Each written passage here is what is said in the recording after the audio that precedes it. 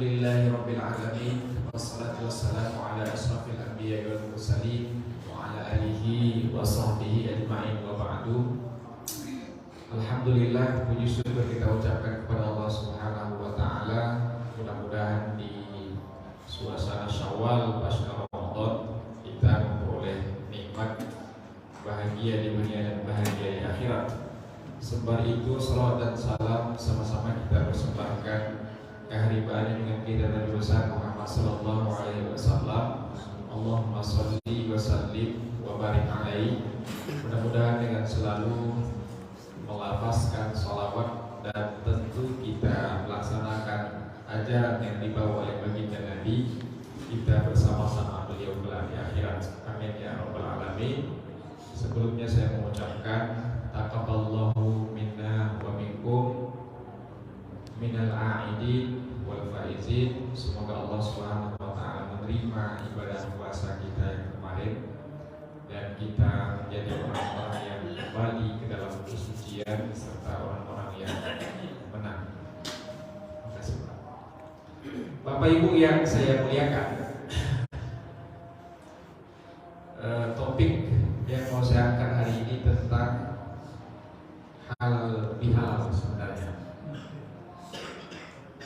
halal bihalal ini menjadi sebuah tradisi baru di masyarakat kita dan ternyata dipopulerkan itu di Indonesia. Jadi kata halal bihalal sendiri ketika kita tanya orang Arab, tidak paham mereka itu.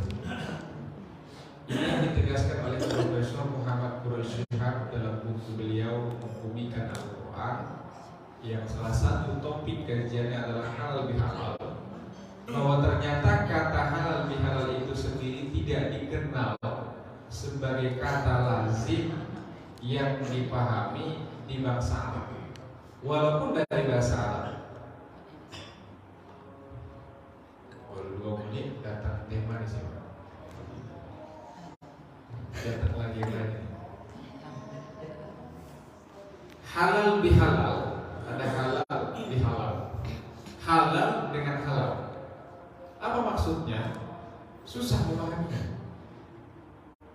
Karena terminologi itu, istilah itu tidak baku dalam hadis, tidak ada menyebutkan kalimat itu. Dalam beberapa literatur pun tidak ditemukan.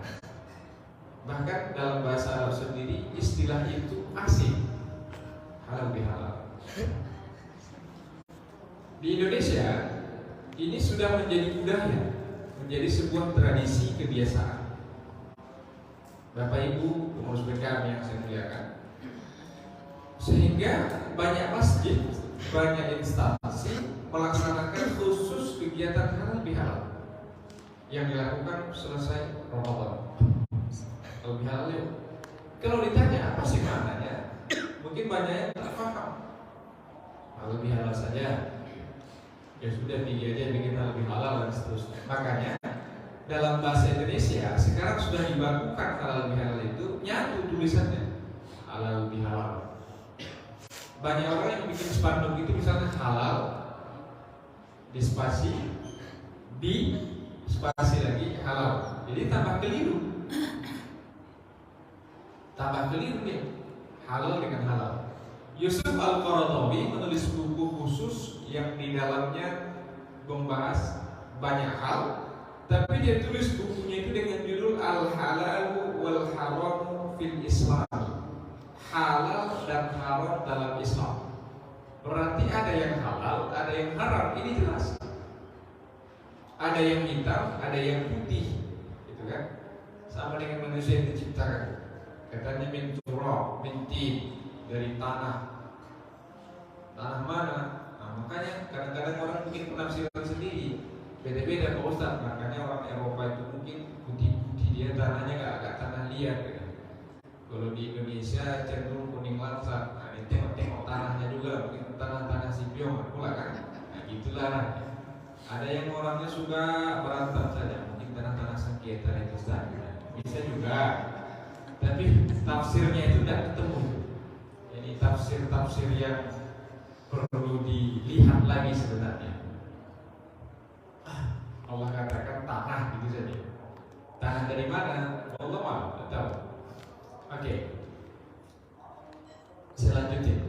Jadi istilah halal bihalal ini dalam Islam tidak dikenal secara khusus ada yang mendasari kalimatnya, tetapi ternyata belakang menjadi sebuah tradisi, menjadi kebiasaan bagi umat Islam di mana-mana untuk melakukan halal bihalal. Memang inilah kita uniknya. Indonesia ini unik. Uniknya memodifikasi unik, merubah unik. Indonesia ini unik, makanya halal bihalal itu kalau kita lihat sejarah itu munculnya di Indonesia, menciptakan sesuatu yang baru, luar biasa Indonesia. Bapak Ibu yang saya muliakan, apa prinsip halal bihalal itu di dalamnya? Cuma satu, silaturahim. Yang kedua dalam surah Al-Imran itu wal-afina, memaafkan. Cuma itu nih. Kalau ada hal bihalal dibuat di sini, ya silaturahim intinya datang kita rame-rame sini, salam-salaman, ujungnya saling memohon maaf. Bolehkah itu? Kalau konten atau isinya itu tak pun disebut halal bihalal, boleh. Bukan boleh, disyariatkan, disuruh. Ada lagi orang bikin video minal aidin wal faizin, katanya kan nyanyi dia. Ini pun perlu diluruskan juga. Kenapa disebut minal aidin wal faizin? Yang benar sesungguhnya minal aidin, ada kembali. Aid orang yang kembali. Jadi yang tepat itu penyebutannya minal aidin, daripada golongan orang-orang yang kembali. Kembali kemana? Kembali kepada kefitrahan, kembali kepada kesucian. Makanya kalimatnya kan taqabbalallahu minna wa minkum. Itu kan bermakna doa di situ. Ada doa di situ. Semoga Allah menerima amalku. Amal yang mana? Yang puasa kemarin. Wa minkum, dan kamu semua. Taqabbal ya karim, terima ya Allah. Waj'alna, jadikanlah kami ya Allah minal aidin, daripada orang-orang yang kembali kemana? Kepada kefitrahan, kepada kesucian, wal faizin, dan orang-orang yang benar. Jadi minal aidin wal faizin ya ringan saja kita. Aid, jangan salah sebut minal aid ya paham. Aid apa ini maksudnya? Aid HIV AIDS maksudnya itu. Aidun, ya dari tangan jadi tanah. Jadi minal aidin, aid, ada kembali. Kenapa disebut aidin? Orang-orang yang kembali kepada kefitrahan. Gini Bapak Ibu, ada dua hadis yang sahih yang ini selalu disampaikan oleh para dai, para mubaligh kita di bulan Ramadan. Pertama apa hadisnya? Dikatakan begini, memang hadis di Ramadan ini banyak yang tak sahih sebenarnya. Misalnya hadis tentang tidurnya orang puasa itu ibadah, namuso ini ibadah, itu kan tidak sahih hadis. Jadi orang mau tidur-tiduran menjadikan ibadah ke Ustaz Ramadan, dan disuruh di bulan Ramadan itu memperbanyak ibadah, bukan malah bobo-bobo. Tidur aja gitu ya, kita kan tidur aja, pagi tidur, siang tidur, sore tidur, membuka baru bangun dia. Ada yang begitu puasanya, puasa tidur, ular aja kan, ular aja dia. Padahal tak disuruh tidur, disuruh memperbanyak kuantitas ibadah. Ada tidur yang dilarang. Tidur ini apa hukumnya? Apa aja. Tapi ada tidur yang dilarang. Ada. Kapan itu tidur yang dilarang? Ba'dal asri wa ba'da subuh, setelah sholat subuh sebisa mungkin jangan lakukan tidur. Setelah asar sebisa mungkin jangan dilakukan tidur, walaupun tidak sampai haram ya. Tapi pada subuh itu dilarang Nabi untuk melakukan tidur. Ada tidur namanya qailullah, nanti jam-jam setengah 12 suruh kita tidur sebelum subuh, nah, biar segar. Tapi jangan lama kali Bu, 3 jam pula kan. Nah, tidur sebelum sholat subuh itu bangun dia, bangun supaya segar dia. Tidur itu enak. Makanya ketika ibu bisa tidur, syukurilah itu, nikmat itu. Kenapa? Banyak orang tak bisa tidur, banyak tidur. Bahkan mohon maaf saya Bu. Nah, iya Pak. Iya, pengalaman begitu. Bahkan mohon maaf, ada orang yang harus makan obat tidur baru bisa tidur. Maka sesungguhnya tidur itu nikmat. Abang pada bini saya, asal terletak sedikit tertidur itu nikmat. Asal terletak sedikit tertidur, jangan ibu protes dengan bapak saya. Itu nikmat dikasih Allah sama dia. Ibu pakai AC, ya kan? Sudah kenyang, mau tidur aja susah. Pakai parfum ruangan, susah tidur. Ini nikmat yang dikasih tidur itu. Asal jangan salah gunakan nikmat. Ini nikmat nih Pak Ustaz. Biasanya tidur dia kerja pemalas. Nah, salah. Gak bisa gitu. Jadi nikmat tidur itu nikmat. Saya tadi saya tidur di kendaraan. Makanya saya susah kalau keluar kota. Nah ini kan insya Allah mau ke Labuan. Jam habis dari sini saya langsung ke Labuan. Dan kelemahan saya di jalan saya kerja tidur. Saya tidur itu harus berbaring, meskipun di atas selai papan kayu, tapi tidurnya harus berbaring. Ada orang tidur bisa duduk, ada orang asal duduk tidur di pengajian dia tidur, ada juga tidur. Tunduk awal pikir yang paham lah dia kan, rupanya dia tidur dia. Nikmat juga itu, nikmat juga, nikmat. Apalagi yang nyari sandaran, ditengoknya mana tiang yang lebih menonjol, biar nyampe di situ, gitu kan? Karena enaknya benar. Dan itu nikmat sekali. Tidur di mana dia kata malaikat? Tidur di pengajian, berpahala. Mendengarkan pengajian, sampai khusyuknya tidur, pahalanya. Daripada tidur di tempat-tempat yang maksiat. Hanya saja kalau sudah sempat duduk balik. Yang lagi sholat kalau sudah tertidur kan, itu pun dikecualikan ya di dalam fikih yang saya baca, duduk yang utama kinan itu tidak batal dalam fikih. Ada yang utama kinan itu macam bapak ini, maaf saya, duduknya ini kan tetap, gak goyang ke kiri, gak goyang ke kanan, gak ke belakang, utama kin itu tidak apa-apa. Ketika dia bangun tidur, tertidur dia sebentar, terlayang dia. Hilang dunia ini, kata tidur deh. Bolehkah dia sholat langsung? Boleh. Walaupun disuruh lebih bagus duduk lagi.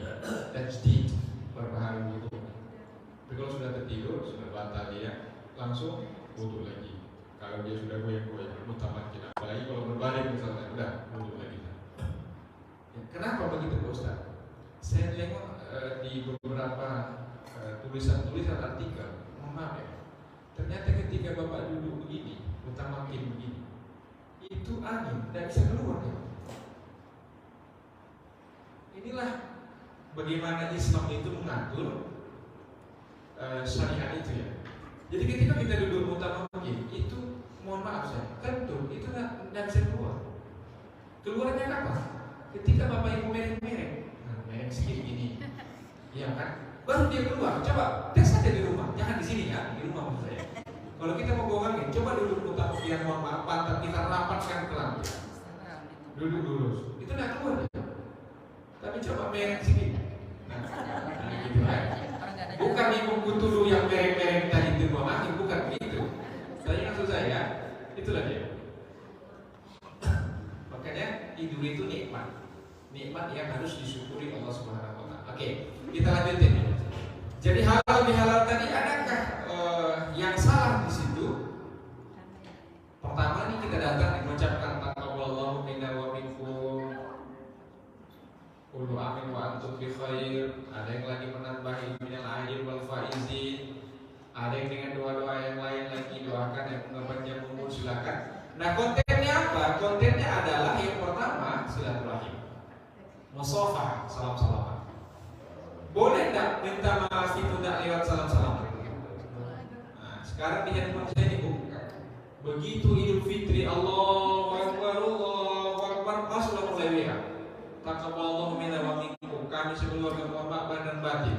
Ku tengok dari grup aku yang bergabung dengan dia, itu juga dikirim.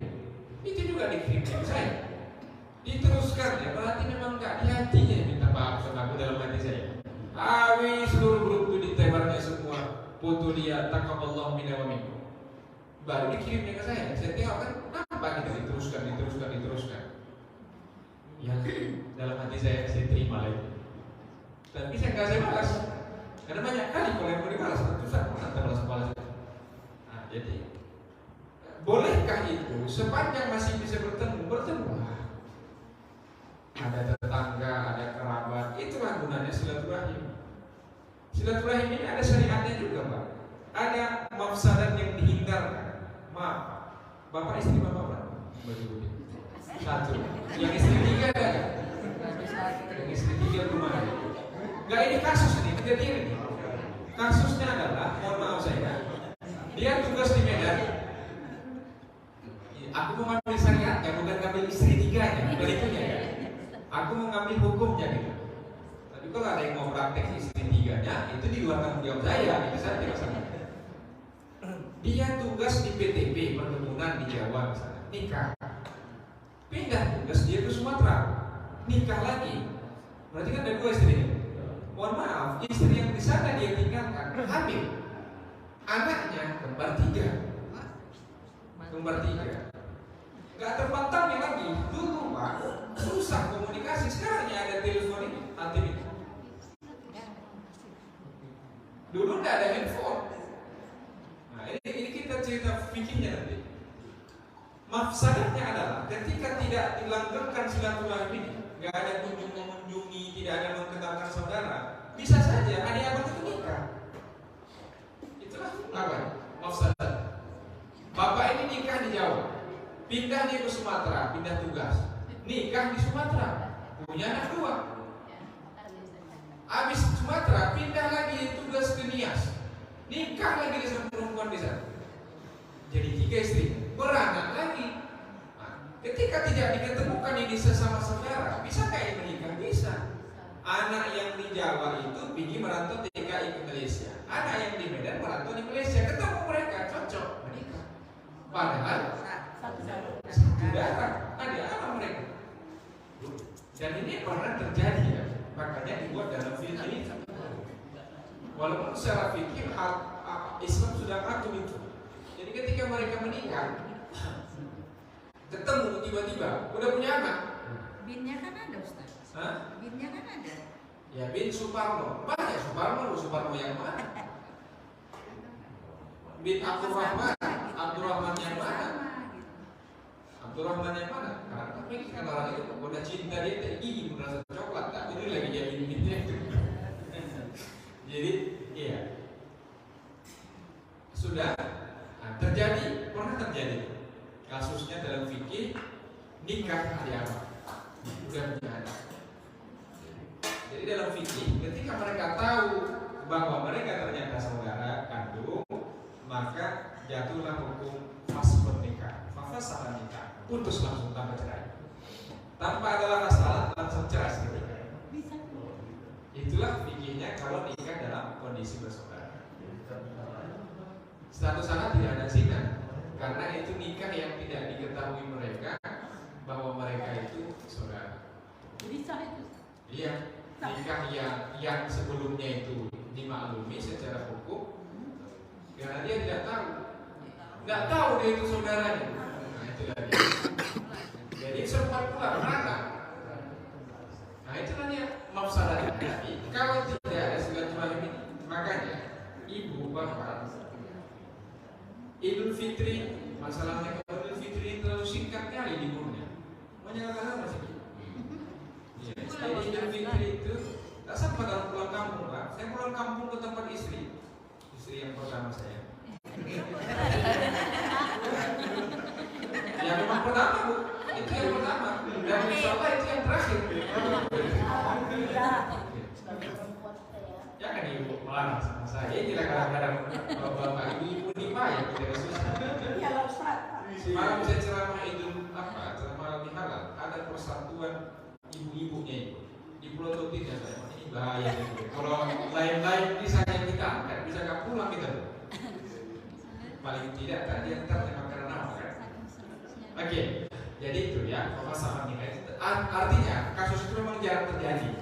Tapi itu akan mungkin terjadi jika tidak ada silaturahim tadi, tidak ada kunjungan keluarga, nggak tahu silaturahim itu siapa di sini. Di Medan itu begitu tuh, Rupanya ada yang keponakannya di sana, di ujung sana, di Parinda sana. Tak pernah dikunjungi. Tiba-tiba di jalan bersenggolan mobilnya, berantem mereka. Giliran sampai ke polisi, datang ayah, datang mama, ini siapa? Ini anakku. Itu anak awak itu. Loh, kau siapa? Aku nasi kurang. Nah, ini tadi silaturahim tadi kurang. Makanya kalau ada keluarga, datang. Jadi Lebaran itu, Idul Fitri itu kembali ke sucian. Apa yang kontennya? Eid al-Fitr. Kembali kepada fitrah. Fitrah kita apa? Kita bersih, tak ada dosa, tak ada masalah. Tapi tiba-tiba kita punya dosa. Makanya hadis yang Ramadan itu kan dua tadi saya bilang. Pertama, man shoma Ramadana imanan wa ihtisaban ghufira lahu ma taqaddama min dzambi. Itu shoma. Shoma itu kan siang. Min tulu'il fajri ila ghurubi syamsi, siang. Siang itu Allah buka pengampunan dosa. Ghufira lahu ma taqaddama min dzambi. Malamnya Allah buka lagi pintunya. Man qoma Ramadan, kata qoma. Jadi malam, siang malam itu sebenarnya Ramadan itu dibuka full pintu spesial khusus pengampunan. Di luar Ramadan ada begitu Ustaz? Ada juga. Semuanya ini tempat kita minta ampun setiap waktu, kapan saja, di mana saja. Tapi ada tempat-tempat khusus kan yang mustajabah doa. Di antaranya apa? Duduk ditafsirkan para ulama pada hari Jumat. Jumat itu kapan yang diistijabah doa? Duduk antara dua khutbah di tempat. Nah, yang bilang begitu berhasil. Jadi ketika khatib itu duduk, panjang kalau doa itu. Ya Allah, mohon ampun ya Rahman, istriku itu tolonglah ya Allah, agak dikunci sedikit mulutnya. Misalnya gitu kan, atau aja gitu. Ada begitu kan bisa tak tahan yang merepek ada setiap hari gitu kan. Ya Allah, tolonglah stabilkan. Stabil bahasanya stabil aja. Ya Allah, tolonglah stabilkan ya Allah, bimbing istri saya ya Allah supaya aku dalam kesabaran. Stabil dia. Jadi jangan dengan kunci ditutup Allah, susah juga Pak. Stabil kan ya Allah. Jadi kira-kira tidak stabil. Nah, makanya jangan dikunci, Bu, distabilkan saja. Boru legal itu informasinya ke saya itu suka merepek, tapi hatinya masya Allah baik. Boru legal itu hatinya baik. Dan saya ketemu dengan boru legal. Boru legal tetangga saya juga. Boru legal baik-baik orang. Suka ngasih, kalau dia bawa kue kan itu kasih jawab. Lah agak lain guru legal itu. Dan memang begitu dia. Agak mulutnya agak apa ya istilahnya? Merempet dan gitu lah istilahnya kan. Gitu dia katanya. Artinya lebih aktif gitu ya. Lebih aktif. Mungkin karena cerdasnya juga. Ya, karena cerdasnya juga kan. Tapi itu sungguh ya, tidak bermaksud merendahkan satu suku, tapi itulah Allah ciptakan suku-suku itu beragam-ragam supaya kita saling mengenal. Makanya ini Paino nikah sama Susilawati. Nah, kalau bisa janganlah. Paino nikah sama Ponium. Jangan. Paino nikah sama siapa? Sama Susi Borurega. Nah, itu cocok. Jadi supaya ada akulturasi budaya itu ketemu dia. Jadi saling memahami, saling menautkan persaudaraan. Jangan di situ-situ aja Pak. Makanya Bapak kalau ada anak suruh nikah jauh-jauh, ambil suku Bugis, ambil suku supaya tahu kita begini rupanya. Jadi jangan kita ke kita saja, tidak tahu kita budaya-budaya orang itu kan. Makanya ambilnya di luar dulu kita. Makanya saya ambil yang di luar saya. Iya, yang pertama. Jadi Bapak Ibu yang saya muliakan, ya Ustaz-Ustaz ini payah. Payahnya gimana Ustaz? Ya kita public figure, tidak usah dipungkiri lah. Dalam tanda petik, kadang Ustaz itu seperti artis. Ada yang menyenangi, ada yang mahasiswinya itu senang juga dia sama dosennya. Itu juga guru-guru gitu juga. Makanya imanlah kuncinya. Iman kuncinya. Kalau tak iman tidak aman ya. Harus beriman. Oke, selanjutnya. Jadi itu istijabah doa ya. Pertama itu. Yang kedua sujud ya. Sujud dalam sholat. Itu istijabah doa. Sering dipraktekkan orang itu sujud terakhir. Apalagi tengah malam waktu tahajud. Di saat orang tertidur bapak sholat bapak minta dalam sujud bapak. Minta apa? Minta tadi itulah. Minta ya Allah tolong sejahterakan rumah Minta saja. Orang Allah tuh kaya kok. Kadang-kadang ada orang protes. Yang lama lah kau berdoa, banyak kali yang kau pinta. Loh, yang dipintain pun orang kaya, maha Allah maha kaya, ya banyak aja lah minta. Masalahnya kalau bapak jadi imam, jangan terlalu panjang itu saja. Kenapa? Orang di bawah udah dari begini, kira-kira kan? Nah ini salah juga ini. Sama dengan sholat. Ada imamnya panjang-panjang bacaan sholat, tak boleh. Kalau dia jadi imam, makanya suruh tengok dulu ke belakang. Tengok dulu ke belakang. Tengok yang apa? Yang paling doif, yang paling lemah. Satu ada orang situ, tengok, bedas. Ya, salat zuhur, bedas bapak ini. Berarti bapak ini mau kerja kan gitu? Mau kerja habis zuhur. Dia dikasih waktu sholat zuhur itu sekian waktunya, tak bisa berlama-lama. Dia mau kerja. Kalau bapak begitu di belakang orangnya, jangan berpanjang-panjang bacaan ayatnya. Qul huwallahu saja, qul ya ayyuhal kafirun. Itu aja. Ini jangan sampai panjang kali. Orang di belakang sampai pingsan di situ, jadi dia di situ Pak. Mau protes susah kan? Susah. Akhirnya bisa masalah. Saya pernah mendapati orang yang sholat berdehek. Itu dalam kitab yang ditulis oleh As-Suyuti, dengan saya itu Al-Asbahun Nazair, Asbahun Nazair, ada tanah nuh itu hukumnya. Itu bisa batalin sholat itu. Imamnya panjang, ya kan? Jelas gitu kan? Maksudnya beda kan gitu. Kalau dia batuk boleh, misalnya batuk karena lazimnya gatal tenggorokannya. Bukan hanya gatal, bahkan disuruh batuk itu. Kapan? Ketika musolli, orang yang sedang sholat tak bisa melafazkan rukun karena tersangkut di lehernya. Disuruh disyariatkan batukkan. Misalnya, tapi yang rukun ya. Nyangkut ya. Alhamdulillah itu kan rukun tuh Fatihah. Gak bisa nyangkut, batukkan. Alhamdulillahirabbil alamin. Tapi buat kali juga pula. Udah gojek pula imam itu dibuka tuh kan. Mengangkat kakinya begitu ada juga begitu kan masa terjadi dia. Untuk nggak bangsa latah pula dia. Begitu baca cinta kau. Kayak orang latah ini susah. Jadi disuruh dibatukkan. Tapi kalau tidak ada hajat syariah, tidak ada kebutuhan, dibatuk-batukkan saja begitu. Karena mengingatkan si imam itu supaya cepat. Nah ini menjadi masalah. Yang ini yang bisa berakibat pembatalan ibadah sholatnya berjamaah. Hati-hati, tidak boleh Bu. Jadi kalau ibu imamnya lama, tak tahan ibu lagi, mohon maaf, sudah tak tahan dulu saja. Tak tahan lagi Pak Ustaz, tak goyang betul. Yang salah itu imamnya. Jadi diingatkan. Jadi harus imam itu makanya disuruh sop-sop. Kan boleh. Suruh memang disuruh. Perintah dulu ke belakang. Makanya sebenarnya yang memerintahkan qomat itu siapa? Imam. Ini tidak Bu. Kadang-kadang muazin ini di luar dari kewenangan dia. Imamnya masih, saya misalnya datang Ustaz, biasanya kan saya jadi imam nih. At-tahiyat, udah at-tahiyat dulu, sebentar lagi ya. Allahu Akbar, Allahu Akbar. Saya itu at-tahiyat dulu. Kan itu jadi. Tunggu dulu. Ada perintah dari imam, Anda disuruh iqamah baru qamah. Qamah dulu. Makanya yang perintah itu iqamah imam di koridor. Dan silakan baru qomat ya. Karena setelah qomat kan ada di sholat sunnah kan? Iya. Ada lagi sholat fardu yang ada.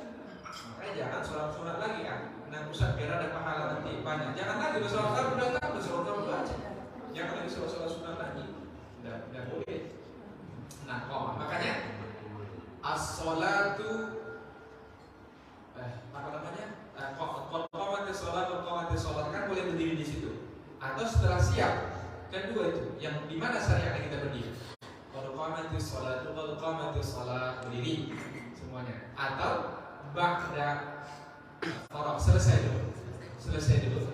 La ilaha illallah baru berdiri. Dua-dua boleh, mana pun boleh. Ada yang Ustaz apa Allahu Akbar dan berdiri dia.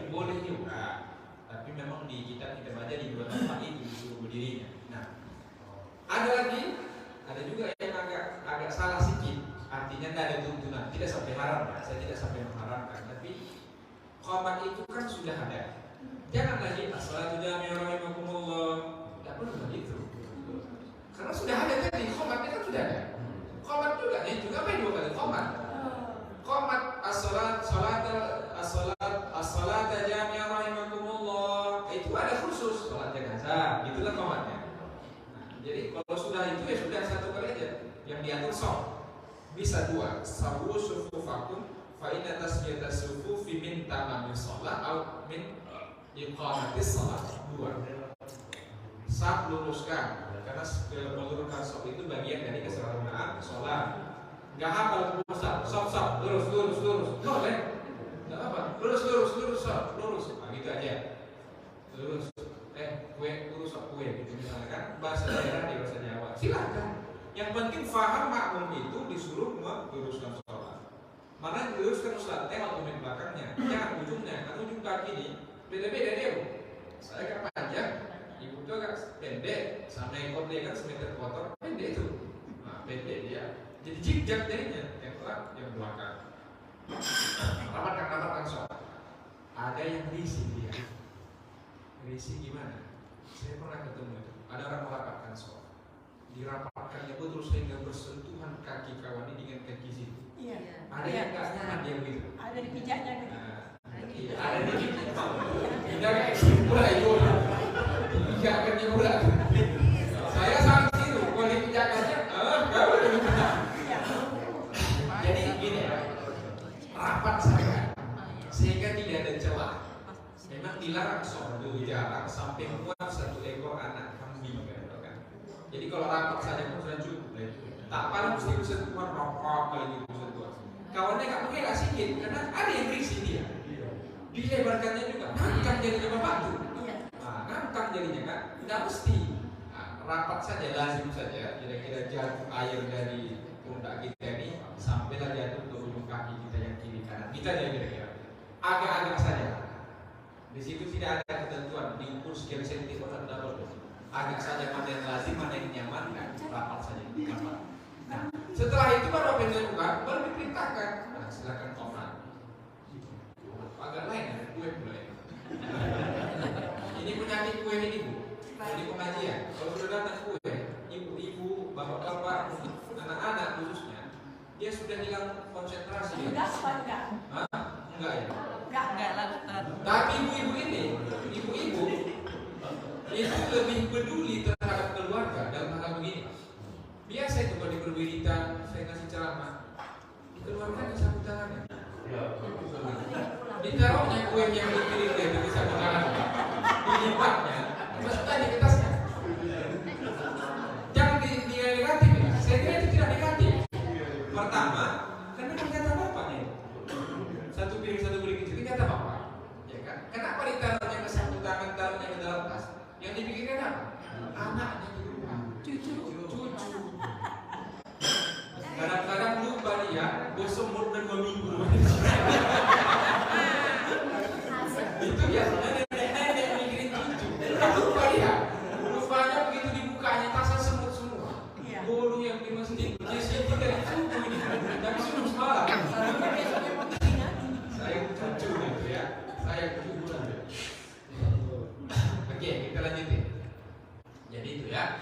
Jadi tengoklah makmum itu. Jadi kan sudah standar kita, tidak terlalu panjang. Jangan juga terlalu pendek. Tidak boleh juga pendek aja lah Pak Ustaz. Jangan terlalu pendek. Pikirkan makmum paling tidak lepas dia baca Fatihah.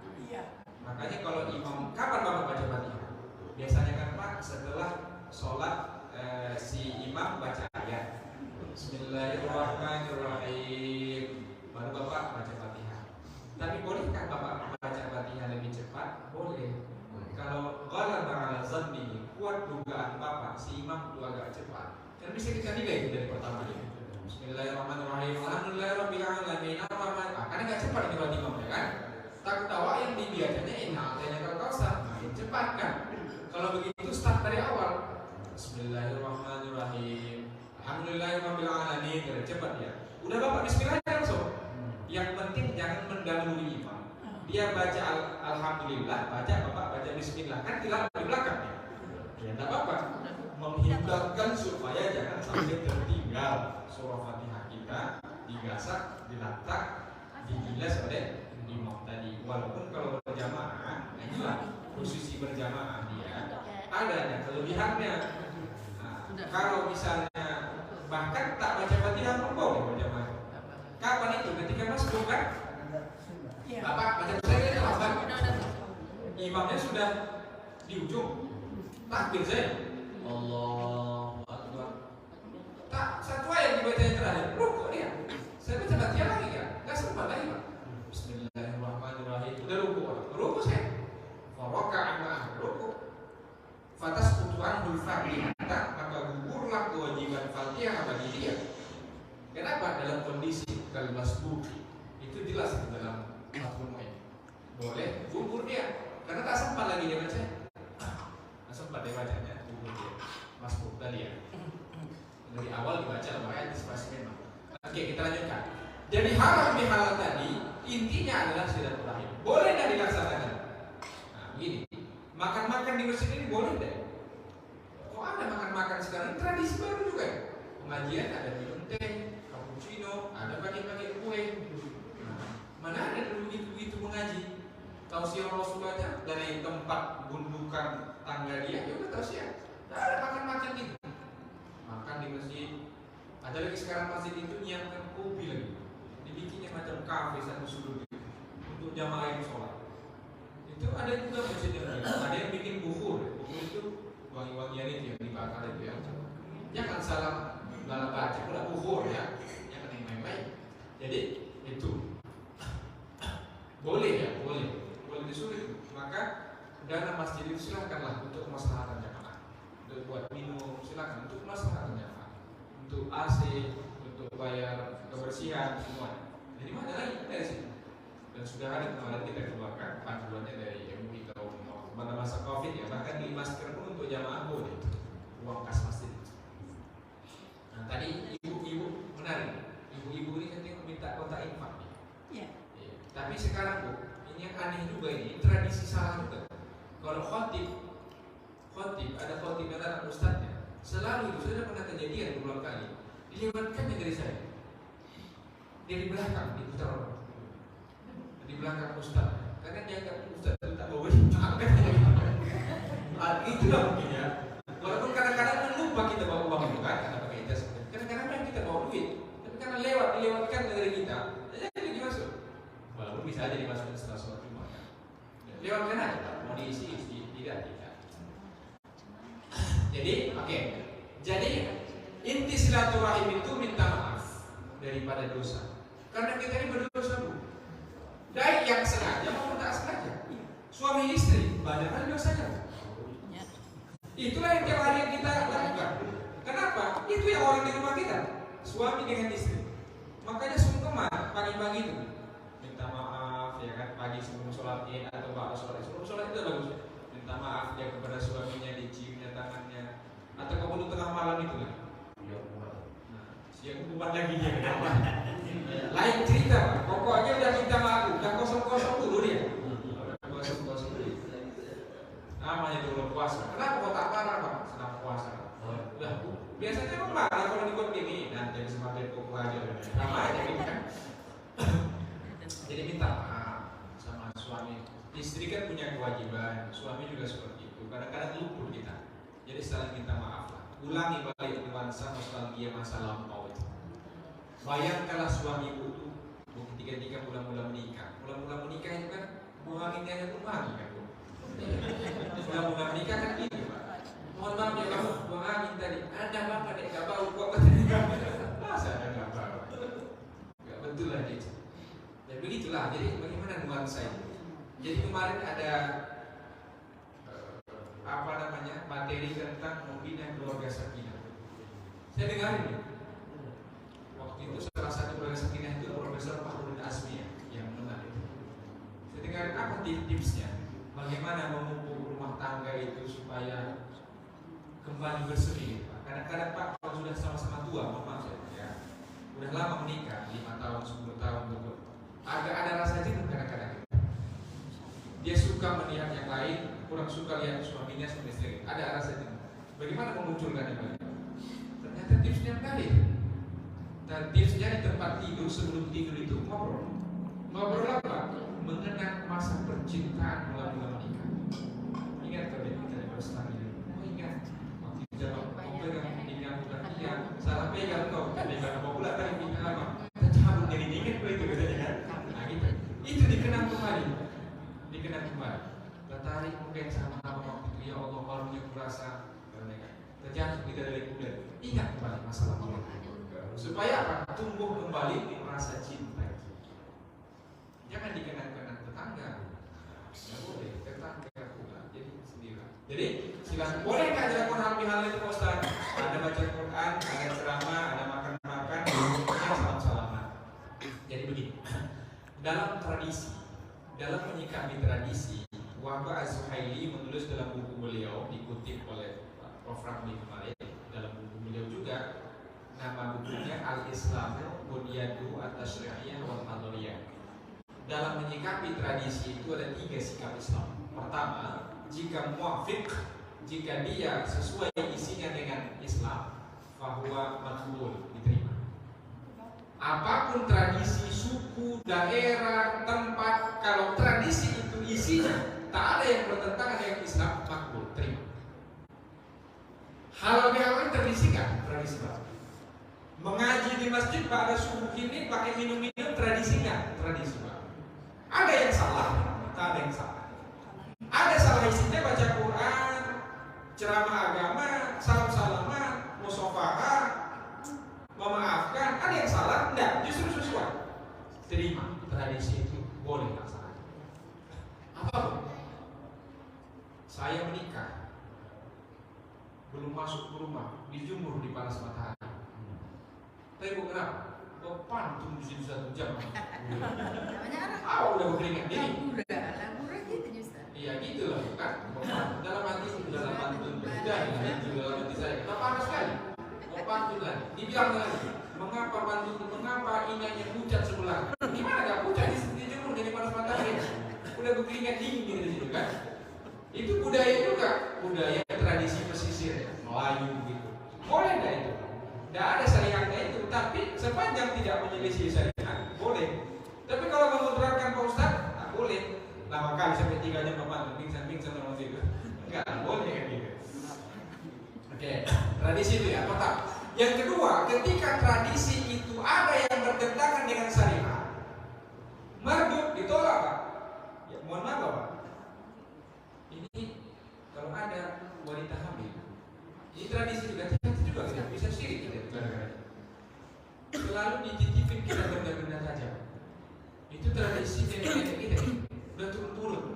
Gunting, pentol, paku, jarum. Ada yang khusus dibeli lagi duri Pak. Duri landak katanya kecil itu. Kemana-mana bawa itu. Gunting diikat-ikat di sini.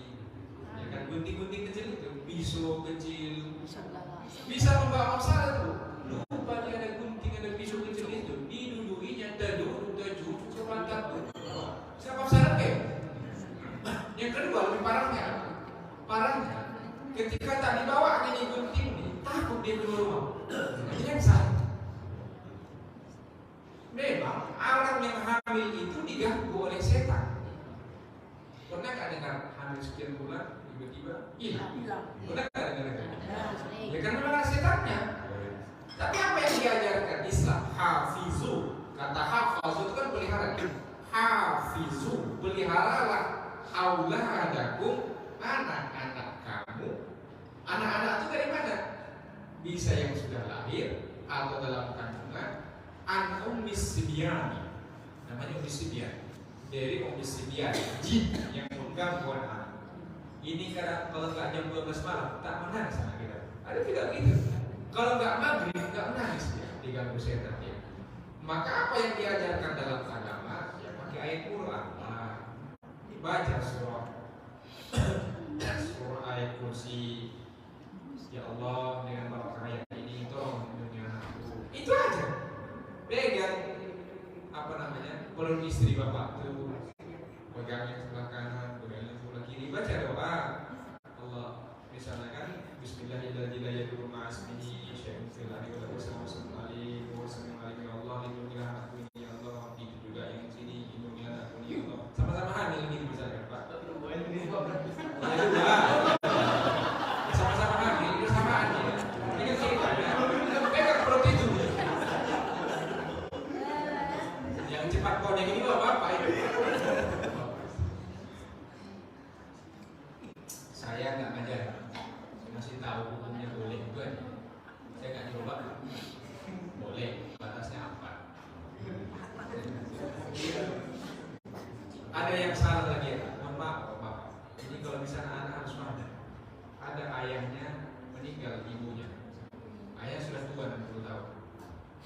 Tidak sedikit anak, apalagi anak perempuan, dilarangnya yang pernikahan. Ibu juga begitu.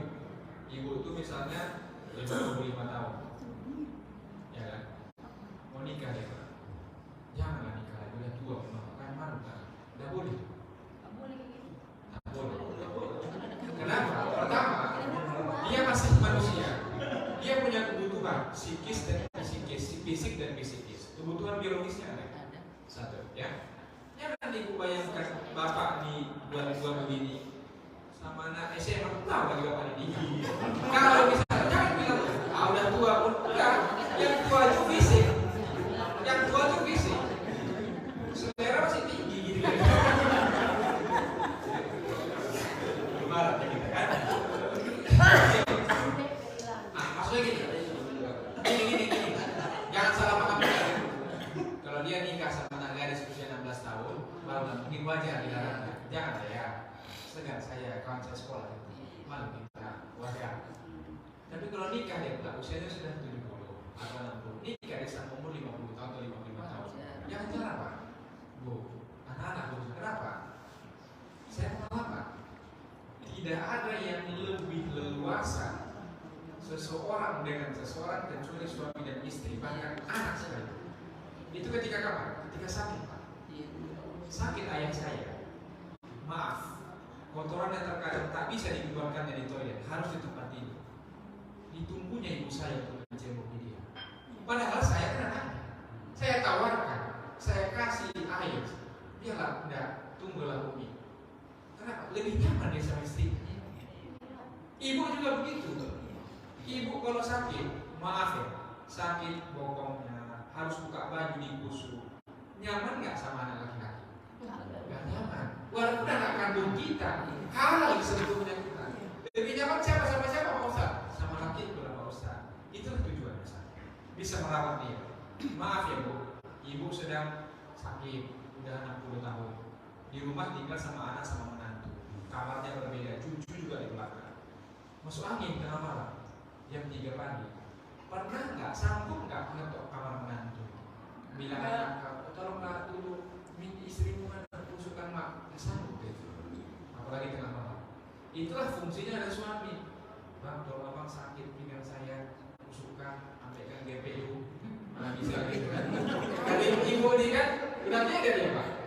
Kalau kemarin parfumnya apa namanya? Parfumnya Vinci, London dan macam-macam. Kalau sudah 60 ke atas, udah kayak dia. Dia beauty udah dengan ganda pura itu kan. Jadi kalau ada tasnya, periksa tasnya, ada ganda pura, bukan Wardah lagi di situ. Karena kalau Wardah, listrik itu bulan 2 kali gitu, nggak mungkin kan? Ustaz kau paham kali, itulah gunanya kita jadi ustaz. Kita tengok ibu-ibu tuh nenek, perhatikan bibir tuh. Kok ada kertas nempel? Bukan, lipstick itu. Nggak nempel dia. Jangan cek kenapa itu. Udah layu Pak. Udah layu ya? Sekir lagi layu. Ya, itu artinya udah dikurangi Allah nikmat itu. Bibir itu pun tak cocok dengan lipstick yang begitu. Nah, gitu dia. Kalau Pinang. Nah, Pinang cocok. Pinang sirih. Cocok Pak. Oke, kita lanjutin ya, cepat sedikit. Jadi silaturahim itu boleh nggak? Boleh. Budaya itu tradisi. Ada orang hamil tadi gitu. Tradisi begitu. Kalau itu sampai pada hakikatnya itu yang mendatangkan maslahat menolak baru, itu bisa syirik itu. Jangan dibuat. Ada lagi begitu hamil dibeli lagi. Saya tahu tempatnya soalnya. Tahu saya tempatnya. benang 3 warna, diikat di pinggang lagi, pakai kunyit, pakai ngapain sih seperti itu? Cukup biasa aja. Lain karena saya disuruh saya memakamkan, menanam ari-arinya pakai pensil sama buku. Putar logika saya. Apa maksudnya? Nek, nanti supaya cantik tulisannya. Berputar lagi logika saya. Ini salah. Kalau mau cantik tulisan, ya belajar tulis bagus, itu aja. Saya ambil bukunya, saya ambil pensilnya, nggak usah dikatakan sama anak sekolah. Harus ya. Udah kalau saya. Walaupun memang saya bungkus kayak ya, namanya dia. Nah, udah itu, udah selesai ditanam. Nanti taruh api di situ. Taruh api, taruh lampu. Betul itu. Kapan itu dibuat? Di kampung-kampung cocok. Kenapa? Di kampung hutan banyak babi.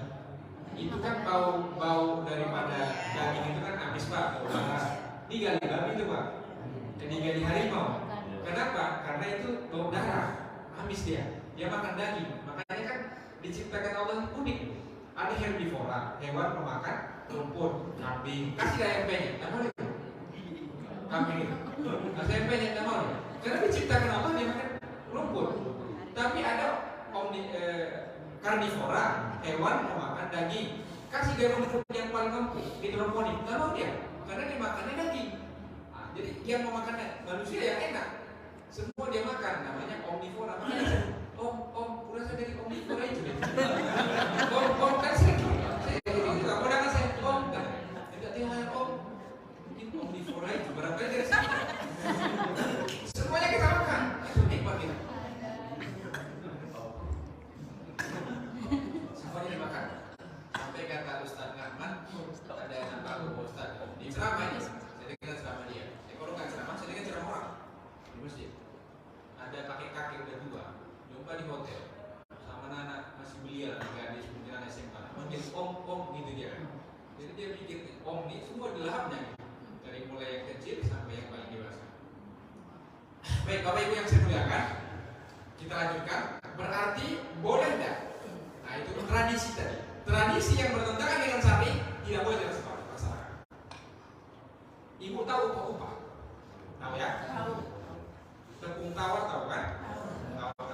Kalau mau haji orang selalu upah. Itu tradisi kan? Tradisi. Ada misalnya di komplek desa itu mau haji dia, datang lagi rame-rame, bawa balai kan gitu kan? Pakai bendera putih itu ada telur, ada telur di situ. Datang ke situ rumahnya, ada yang kayak gitu, ada yang pakai ikan mas, ada yang macam-macam. Kalau orang Mandailing pakai ikan mas, ada yang macam-macam. Ternyata ini ada dua tradisi dari dua daerah, Mandailing sama Melayu itu pakai balai cenderung, dan pura, dan balai, asahan, gitu ya. Kalau dia tradisi di Tangsel sana, dia lebih kepada ikan-ikan tadi, nasi kuning pakai ikan mas. Ternyata saya tanya pernah telusuri orang tua yang pengalaman lah kan. Dia bahasa Batak kan itu, ternyata itu ada filosofisnya lah. Kenapa warna kuning, kenapa ikan mas, ini anak, ini ayah, supaya barokah hidupnya.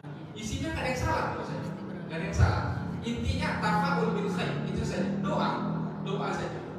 Jadi kalau itu saja ya kontennya, bahwa upah-upah untuk berangkat haji, doa selamatnya itu intinya, supaya bapak diselamat. Kalau itunya kontennya adalah hanya sebatas itu, boleh tafaul bil khair, silakan aja.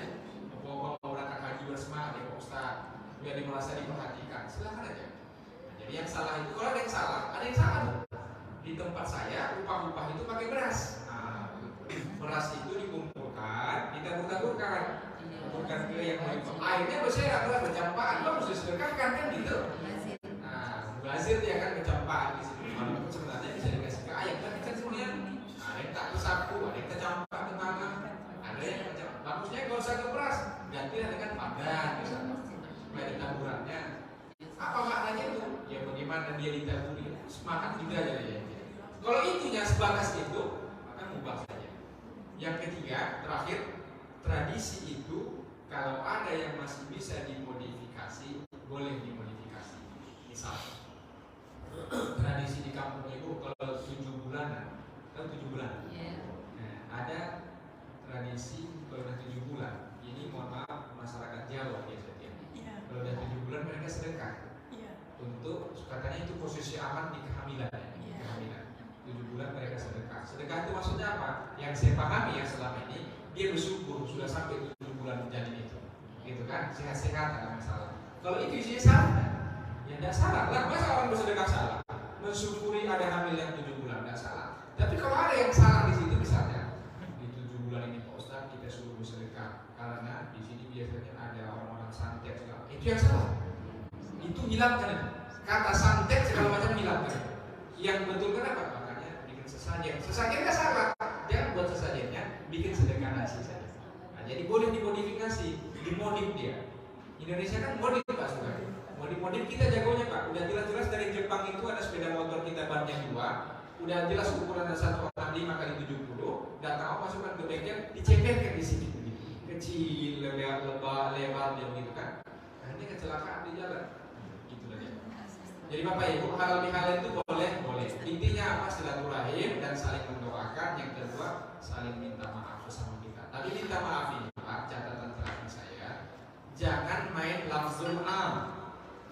Lafzul am ini bagaimana? Kalau ada ibu ambil harta kekayaan dia, disebutin dulu. Pak, mohon maaf saya Pak lahir batinnya atas segala dosa, kekhilafan, kesalahan saya sama Bapak. Saya mohon maaf lahir batin. Dalam hati ibu, ayah Bapak kemarin aku yang mencuri, dan Bapak itu segala yang itu sebenarnya Pak aku yang ngambil. Dalam hati tidak boleh sebutin. Nah, sebutin langsung Pak, ibu. Jadi suami istri gitu juga, Bang, aku mohon maaf sama Bang kan istrinya. Suami di atas kursi, istrinya tak sebutin. Mohon maaf Bang, mungkin ada yang salah-salah Bang. Kemarin aku bohong Bang. Kenapa kau bohong? Iya Bang, kemarin aku nggak gigi. Jadi kemana? 2 hari itu aku selingkuh Bang. Ya tidak apa-apa lah deh. Bukan aku.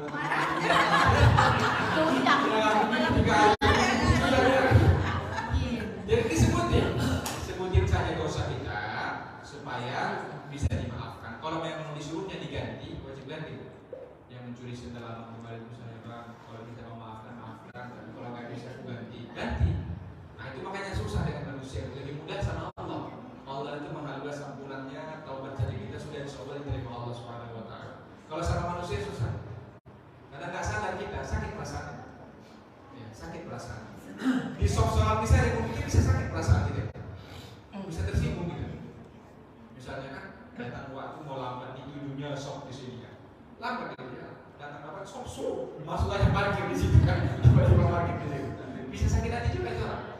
Makanya rasa yang salah, khilaf yang tak tanpa disadari, tetaplah minta ampun kepada Allah, minta maaf kepada sesama manusia, maafkan orang. Jadi terakhir saya tutup dengan hadis Nabi. Apa hakikat silaturahim itu? Hakikat silaturahim adalah dalam riwayat Nabi menyambungkan apa yang telah putus. Ibu sudah 2 tahun tak berteguran sama tetangga gara-gara hutang. Hutang ini paling cepat memutus silaturahim. Makanya Nabi pernah tidak mau mensolatkan jenazah sahabat yang masih punya hutang. Hati-hati hutang ini. Waktu berhutang itu dia yang paling susah. Yang paling manis yang dilihat diminta hutangnya, kurang-kurang lupa dia. Ada lagi yang marah dia. Apa masih nanya aja pun banyak kali menata kekayaan kau ini aja pun tak bisa merelakan aja. Lah, itulah yang susah itu. Menghutangi orang itu disyariatkan, disuruh kita bantuan, apalagi orang kesusahan. Dan kadang-kadang yang punya hutang pun harus sadar itu hutang. Hutang tetap hutang, dipertanggungjawabkan dunia akhirat. Nah, misalnya kita sudah lama tak berteguran, putus silaturahim. Ini saatnya disambungkan. Itulah hakikat daripada silaturahim, menyambungkan sesuatu yang putus. Jadi kalau ada yang sering tak berteguran, ini sama. Idul Fitri ini datang dia, tegur dia. Tak mau dia Pak Ustaz, udah lepas kita tuh kepada Allah. Gak mau dia, udah tegur dia Pak Ustaz, tak mau dia. Udah berapa kali gue tegur? 3 kali Pak Ustaz, gak mau dia. Gua rumahnya gak mau dia. Ya bayar tak perlu utang ibu dulu 150 juta, kenapa gak mau dia mau mengikhlaskannya gitu kan? Jadi kalau dosa-dosa biasa saling memaafkan. Memang sulit juga memaafkan itu. Ada seorang sahabat berbunyi dalam riwayat ya, berbunyi terompah itu selop dalam bahasa kayu di dalam surga. Sudah mimpi Rasulullah, dia masuk terompahnya itu di surga. Kan tanda kita jalan si A jalan si B kan Bu. Di rumah kita kan tanda kita jalan suami kita jalan istri kita tahu. Orang Inggris. Lalu pagi-paginya ditanya Nabi, wahai sahabat, apa yang kau amalkan? Apa rupanya ya Rasulullah? Aku mendengar suara terompahmu di surga. Kata dia. Tak ada amalan khusus, tak ada wirdun khusus. Wirdun khususnya apa? Mau tidur. Ternyata tak ada yang lain kecuali ketika dia mau tidur, dia berdoa kepada Allah dan dia maafkan segala dosa. Orang yang mungkin pernah berbuat dosa kepada dia satu hari itu dimaafkan. Nah, itu yang paling bagus. Boleh orang minta maaf dan dimaafkannya dulu, walaupun itu berat. Makanya tiap bangun tiap tidur kita, ya Allah, segala dosa orang kepada saya hari ini kalau ada aku maafkan sudah semuanya. Nah, itulah yang paling bagus. Setiap mau tidur kita maafkan dosa. Mudah-mudahan kita masuk kepada golongan sahabat yang tadi juga. Mudah-mudahan jilbab ibu bisa masuk surga, gitu kan? Sama-sama ibunya pula kan pada jilbabnya masuk surga. Nah, jilbabnya aja, tadi kan terompahnya saja, maksudnya dia berjalan. Saya kira demikian yang bisa saya sampaikan Bapak Ibu yang saya muliakan di Idul Fitri ini. Paling tidak yang bisa kita ambil kesimpulan adalah halal bihalal itu boleh, walaupun istilahnya istilah baru, hanya khusus saling memaafkan, silakan tradisi. Yang belum berkunjung ke rumah tetangganya, berkunjunglah, walau sebentar saja, duduk sebentar, minum kopi, ya ada. Jangan pulang malam Idul kan. Nah, satu lagi saya ingatkan, yang disyariatkan berkunjung ke rumah orang itu pertama kali mengucapkan salam, tapi salam sama apa? Berapa kali Bu? 3 kali. Karena salah juga kita bertamu nih Pak. Bagus salam ini. Assalamualaikum. Tak nggak dengar. Tok lagi. Assalamualaikum. Nggak dengar. Tok lagi. Assalamualaikum. Nggak dengar. Harusnya apa? Pulang. Bapak pulang. Ini. Ada kok salomnya. Assalamualaikum. Nggak dengar. Ada kok mendengar suara ayat. Mohon maaf saya. Antara yang sama istrinya dia di kamar Pak. Sedang ke langit mereka berdua. Ibu, tok assalamualaikum. Jadi kamu. Dia tambah dosa jadinya. Jadi udah 3 kali nggak ada yang menyambut. Ya sudah, pulang saja. Oh enggak, ini adalah sebabnya kan. Oh itu ada keretanya kan. Jadi orang mungkin nggak semuanya bisa menerima tamu. Abu Hurairah itu setiap bangun pagi dibukanya pintu, begitu buka pintu Rasul, masuklah dia. Datang, ya Rasul ada hadis.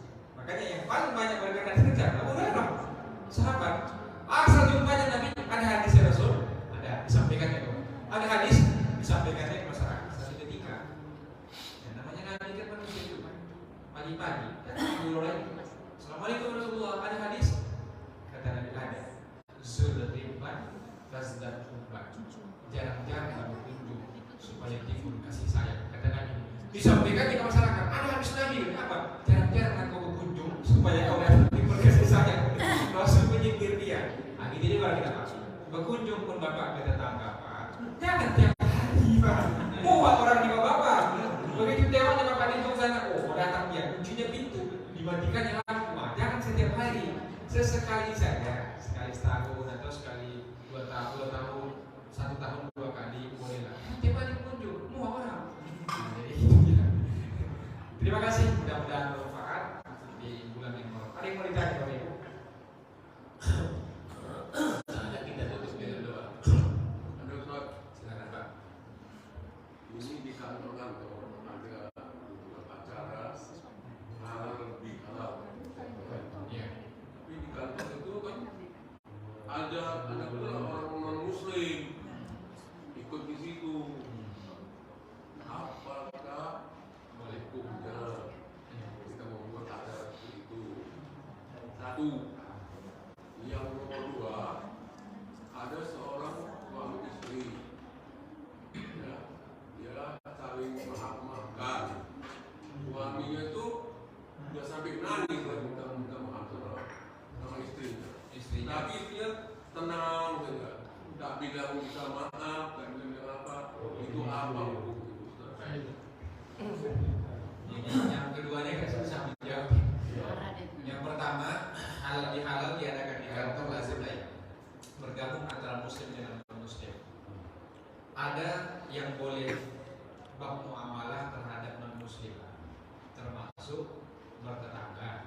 silaturahim. Nanti kita bahas di kuliah. Fikih bertetangga itu bagus juga dibahas. Kadang-kadang lupa kita Pak.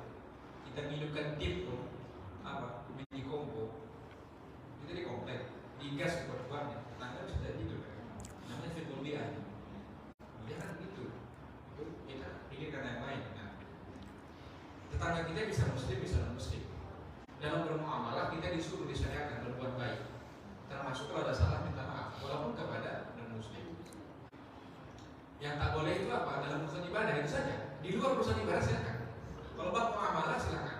Mau saling maafkan, ada acara di kantor, halal bihalal, halal kan acara Islam iya. Tapi prinsipnya apa? Silaturahim kan? Ya silakan. Tidak ada masalah. Yang tak boleh itu kalau ikut ada pula sholat Idul Fitri di kantor, ikut juga non muslim. Nah, macam yang viral itu kan, ini aja dia pulang. Orang sholat semua, imamnya pun lagi depan 3, ada lagi perempuan di situ, itu kan jadi masalah. Viral jadi di pesantren. Jangan, urusan ibadah tidak boleh dicampur-campur. Kalau muamalah silakan, mau ada muslim, non muslim. Ada maulid Nabi di JC, datang non muslim. Kalau saya syukur kali datang, mudah-mudahan gara-gara maulid itu masuk Islam pula. Ya, nah gitu aja, biar aja. Dan tengoknya, begini Islam di rumahnya. Ada pula kalau dihalal, memaafkan. Kami pula udah 30 tahun sakit hati, tak pernah memaafkan pula. Tak ada tempatnya kan. Nah itu jadi terbuka hati dia, biasa saja. Apalagi kan rezeki dia sifatnya kan, rezeki. Itu silakan. Yang kedua, ada suami dan minta maaf sama istrinya sambil nangis. Ini nangis dua ini kalau air mata dua ya bisa juga, gitu kan? Air mata tulus ikhlas bisa juga. Lalu kita asumsikan air mata tulus ikhlas. Suaminya diam aja, bisa dia maafkan, bisa tidak. Nah, bapak istrinya, bapak sudah minta maaf atas kesalahan bapak. Tugas bapak sudah selesai. Tugas untuk memaafkan istri. Bisa saja. Pertama, dia tak sanggup berkata apa-apa Pak. Karena mungkin melihat bapak sudah menangis, kalau diucapkannya kata-kata, tanpa menangis dia. Malu dia gengsi, di perempuan itu juga gengsi-gengsinya. Nah, bisa saja asumsi husnuzon kita begitu, dia dimaafkan dalam hatinya. Mudah-mudahan sukutnya alamat ridho, diamnya itu mudah-mudahan tak ada dimaafkannya. Atau yang kedua, yang satu juga belum bisa maafkan. Nah, bisa juga ya Pak. Jadi yang lain dosa abang bisa memaafkan. Tapi kalau yang satu itu sakit kali hati saya, sama dengan gelasnya. Berarti kalau pecah ini saya kita bilang ya, bisa dilempar. Tapi bisakah seperti ini lagi bentuknya? Kan tidak kan? Ada bekas-bekas baca-baca. Mungkin gitu sakit hatinya. Udah terlanjur sakit hati. Bapak selingkuhi pula dia bisa. Yang selingkuh ini 3 pula sekalian selingkuhannya. Bukan 1 tahun sakit hatinya. Aku berdoa inilah yang semua ada dijelaskan. Yang lain memaafkan ini dulu. Tugas bapak minta maaf. Dimaafkannya atau tidak itu lain urusan. Mudah-mudahan kasih dia waktu bisa dimaafkan. Atau udah dimaafkan ya sebenarnya. Tapi tidak sanggup dia mengatakan sesuatu kan. Husnuzon aja. Udah dimaafkannya sudah. Tugas kita asal kita tulus Pak. Bapak, apalagi bapak udah menangis Pak. Jarang-jarang bapak dapat suami itu menangis di depan istri. Aminkan ikhlas dulu. Itu dah suami yang kalau istri biasa kan ibu nih suka menangis. Minta baju pun dia menangis dia kan gitu. Udah tahan bapak. Belikannya juga lah. Jadi gitu Pak, tugas bapak minta maaf. Sama dengan bapak ini saya minta maaf sama bapak. Bapak mau bapak maafkan. Tugas saya minta maaf. Bapak tidak mau maafkan ya sudah. Ditegur 3 kali juga. Tegur pertama tidak mau. Besok jumpa di masjid, Pak, ayo sama-sama kita nggak mau juga. 3 kali bapak tegur, nggak mau ya sudah. Urusan dia sudah kenal. Bapak sudah berusaha untuk menyambung kembali tali silaturahim yang putus tadi. Orang tak mau menyambungkannya, ya sudah. Biarlah dia bertanggung jawab dengan Tuhan. Karena tidak boleh kita nggak berteguran. Suami istri nggak berteguran. Jangan lama-lama nggak berteguran. 3 hari saja. Paling maksimal itu kan. Kalau saya 2 hari sudah. Jangan lagi jangan lagi kan berteguran. Demikian Pak yang bisa saya jawab atas pertanyaan itu. Mudah-mudahan bermanfaat. Kita sudah ya dulu ya Bapak Ibu. Saya mau langsung ini insyaallah. Jam 2 nanti ada acara. Mudah-mudahan demikian. Alhamdulillahirabbil alamin wassalatu wassalamu ala asrofil anbiya'i wal mursalin wa ala alihi wa ashabihi ajma'in. Allahumma ighfir lana dzunubana wa li walidina warhamhum kama rabbauna shighara wa li abaina wa li ummahatina